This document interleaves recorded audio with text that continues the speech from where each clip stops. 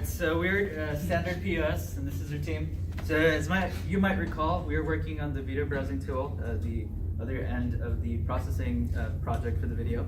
So we are, I guess a summary, we are just doing the video handling. So we're going to be doing everything that the user experiences in terms of uploading their content, managing, requesting, processing, and all of that, which we'll walk through in the demonstration of the project. So we'll start with our actual coverage that we have right now.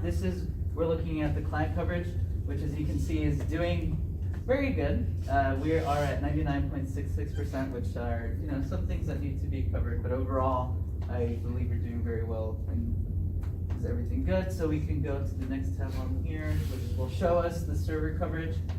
So right now we have it at a balmy 94.14%, which there's still some improvement that we have to do with the coverage in terms of some working with API specifically. So now we'll go actually and show, that's the Docker running. So, since we're there, that's just the Docker running all of the images, so let's load the application. All right, so this is just the splash page. When the user gets to the application, we'll go ahead and actually log in. So once the users log in, this is very similar to what we've had in previous iterations. It shows the user's library. We can actually upload another video. We'll do that as a sample for this.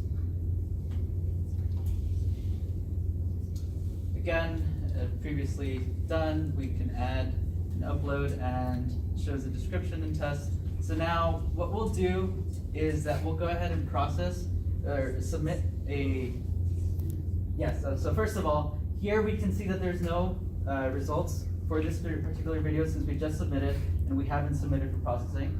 So we can go ahead and choose the algorithm based on the description and choose it as a request to be processed. And if we jump over to the process status, as you can see here, we have all that video is all its jobs that are being processed.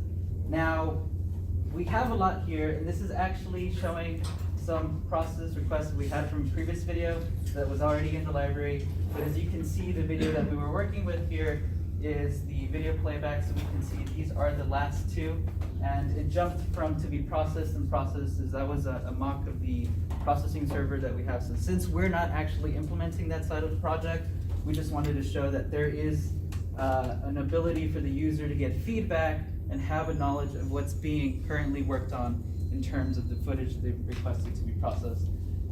So from here, we can go back to the dashboard and actually view the results that we're looking for. This is the result for the first video alongside with the result that we would get for a video.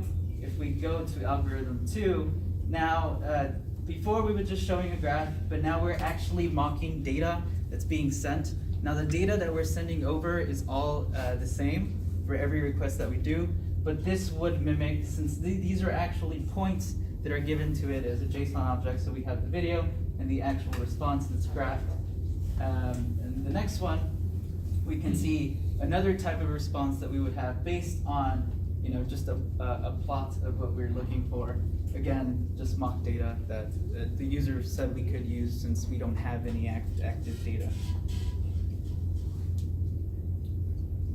All right, so from there we can also show the delete function here, which obviously just removes.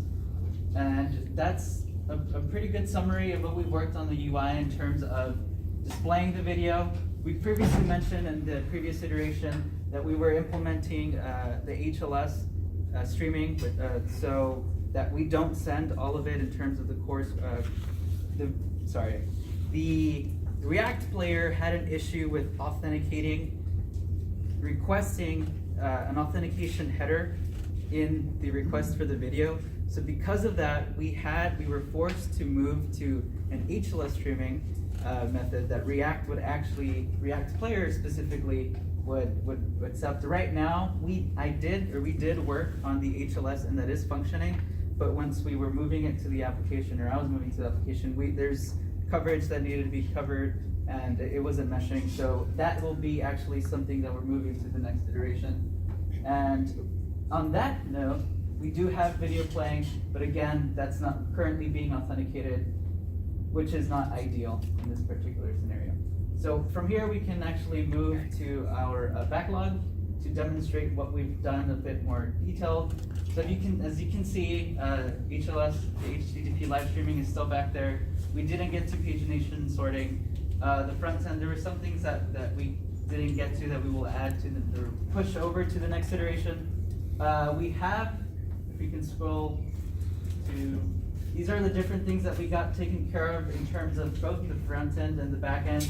As you can see, one of the big things that we got taken care of, and if you recall, more than likely not, we did take care of all the stubbing in terms of coverage when it comes to stubbing FFmpeg and FFprove, which actually was one of the reasons why our coverage was not ideal in the previous iteration. So from here, we were actually able to generate results. So now the front end is actually able to take the results from the back end and present them accordingly. That was new in this iteration. We also refactored the status endpoint, so the whole moving it from to be processed to processed was something that we refactored. We added some functionality for the API so we can actually show the videos a bit better in terms of the user experience. We worked a lot on error handling, and it was one of the things that we were lacking, so we saw it fit to fix on the back end, also in the front end to display those. And one of the big things that we took care of in terms of the Dockerization, modularization of the project was that before we were running everything on one Docker container, so now we've successfully separated all three and Dockerized each component on its own, which is one of the main design components that our sponsor had requested.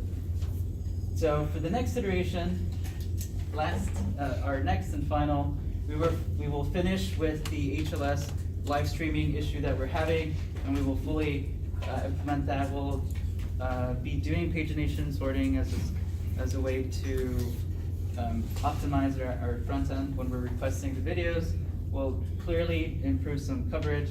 And we'll also be working on some things for the front end in terms of displaying better and more thorough success and error messages.